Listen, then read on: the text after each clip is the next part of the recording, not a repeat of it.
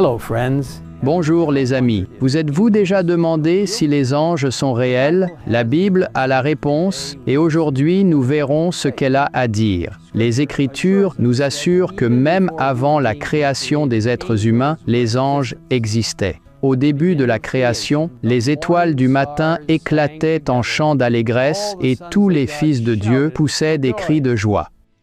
En Genèse 3, 24, il est dit qu'après le péché d'Adam et Ève, Dieu mit à l'orient du jardin d'Éden les chérubins qui agitent une épée flamboyante pour garder le chemin de l'arbre de vie. La Bible nous dit que les anges sont naturellement supérieurs aux êtres humains. Dans le psaume 8, 6, nous lisons que les humains ont été faits presque l'égal des anges. Les Écritures révèlent également le nombre, la puissance et la gloire des anges, ainsi que leur lien avec le gouvernement de Dieu. Bénissez l'Éternel, dit le psalmiste, vous ces anges, qui êtes puissants en force et qui exécutez ses ordres en obéissant à la voix de sa parole. En décrivant la salle du trône de Dieu au ciel, l'apôtre Jean s'exclama, « Je regardais, et j'entendis la voix de beaucoup d'anges autour du trône et des êtres vivants et des vieillards. Et leur nombre était des myriades de myriades et des milliers de milliers. » Pendant sa vision, le prophète Daniel vit la même chose. En décrivant la scène autour du trône de Dieu, il écrivit « 1000 milliers le servaient, et 10 000 millions se tenaient en sa présence. » En tant que messagers de Dieu, les anges se déplacent si rapidement et sont si éblouissants que le prophète Ézéchiel décrit leur apparence comme la foudre. Cela correspond à la description donnée en Matthieu 28, 3, du puissant ange venu du ciel pour rouler la pierre du tombeau du Christ. Son aspect était comme l'éclair et son vêtement blanc comme la neige. La Bible décrit à de nombreuses reprises des anges envoyés en mission de miséricorde auprès des enfants de Dieu. À Abraham, avec des promesses de bénédiction, à Sodome, pour sauver Lot, pour servir Élie après le mont Carmel, à Élisée, avec des chars et des chevaux de feu, à Daniel dans la fosse aux lions, pour sauver Pierre du cachot d'Hérode, à Paul en pleine mer agitée, pour ne citer qu'eux. Et la merveilleuse nouvelle est que des anges sont encore envoyés auprès des enfants de Dieu aujourd'hui. Nous lisons dans la tragédie des siècles, chaque disciple de Jésus-Christ a son ange gardien, cette céleste sentinelle qui protège le juste contre les assauts du malin. Les Écritures confirment cela dans le psaume 34, 7. L'ange de l'Éternel campe autour de ceux qui le craignent et il les arrache au danger. Même les enfants ont leurs propres anges, car Jésus dit, « Gardez-vous de mépriser un seul de ces petits. Car je vous dis que leurs anges dans les cieux voient continuellement la face de mon Père qui est dans les cieux. » Oui, mes amis, bien que certains puissent en douter, les anges sont réels. Le chapitre 31 de la tragédie des siècles commence avec ces mots surprenants. Les rapports du monde visible avec le monde invisible, le ministère des anges et le rôle des mauvais esprits, problèmes inséparables de l'histoire humaine, sont clairement expliqués dans les Écritures. Et tout comme il y a des bons anges, il y a aussi des anges mauvais ou des esprits. Ellen White souligne que si Dieu donne à ses enfants l'assurance de la protection des anges célestes,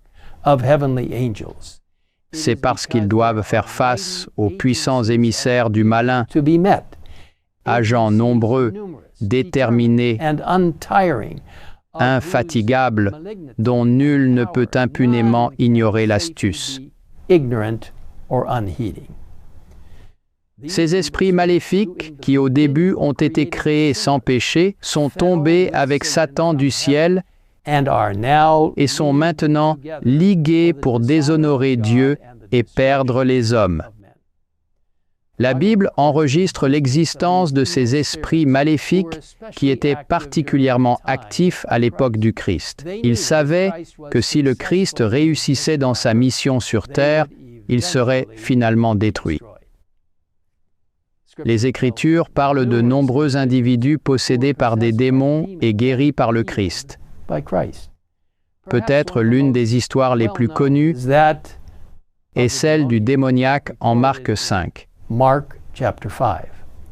Lorsque Jésus a commandé à l'esprit impur de sortir de l'homme et lui a demandé son nom, l'un des démons a répondu « Légion est mon nom, car nous sommes plusieurs ». Dans l'armée romaine, une légion était composée de 3 à 5 000 hommes. Donc ce pauvre homme était possédé non pas par un, mais par des milliers de démons. Mais louons Dieu, Jésus est plus fort. Et à son commandement, les démons ont fui. Alors que ceux possédés par des démons sont généralement décrits comme souffrant énormément, il y en avait d'autres qui accueillaient l'influence satanique afin d'obtenir un pouvoir surnaturel. Des exemples donnés dans le livre des Actes incluent Simon et Élymas, qui sont tous deux décrits comme des sorciers. Aujourd'hui, certains accueillent les esprits maléfiques dans leur vie afin d'obtenir des pouvoirs surnaturels. La prévalence des diseurs de bonne aventure, des chiromanciens, des médiums, des spirites et d'autres révèle que le diable agit encore à travers les êtres humains. Cependant, certains nient l'existence de Satan et de ses anges.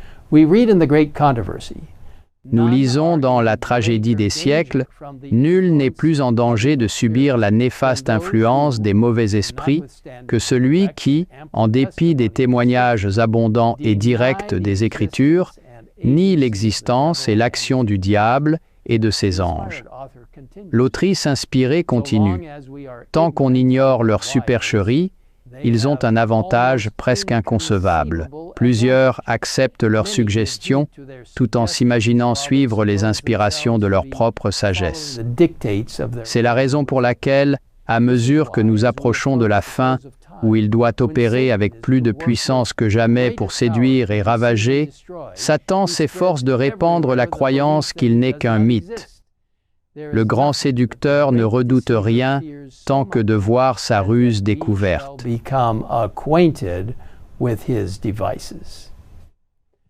Mais louons Dieu, nous n'avons pas besoin d'ignorer comment Satan agit. La Bible décrit clairement qui il est, quels sont ses objectifs et comment lui résister. De plus, le livre que nous lisons dans cette série, La tragédie des siècles, démasque également clairement Satan, confirme les récits bibliques et explique en détail les événements futurs.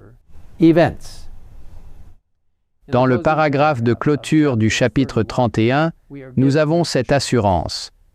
La puissance et la malignité de Satan et de ses armées nous alarmeraient à juste titre si nous n'avions pas la certitude de trouver protection et délivrance auprès de notre invincible Rédempteur. Mais ceux qui suivent le Sauveur sont toujours en sécurité sous sa sauvegarde. Des anges, puissants en force, sont envoyés du ciel pour les protéger. Dieu place autour de son peuple une garde que le malin ne peut franchir. Oui, mes amis, Dieu a promis de prendre soin des siens, et en suivant le Christ, nous pouvons nous reposer en toute sécurité en lui. Prions ensemble. Père céleste, merci pour la merveilleuse assurance que nous pouvons compter entièrement sur la force du Christ, peu importe ce que nous affrontons. Nous te remercions pour les bons anges qui sont là pour nous prêter main forte et nous encourager. Nous sommes tellement reconnaissants que le ciel s'intéresse à chacun de nous au point qu'un ange nous est assigné et que Dieu peut envoyer les anges pour nous protéger, prendre soin de nous et nous guider sur le droit chemin. Ainsi, Seigneur, nous te demandons maintenant de rester avec nous et de remplir nos cœurs de l'Esprit Saint, afin que nous puissions suivre ta volonté, alors que nous arrivons à la fin des temps. Au nom de Jésus, nous te le demandons. Amen. Amen.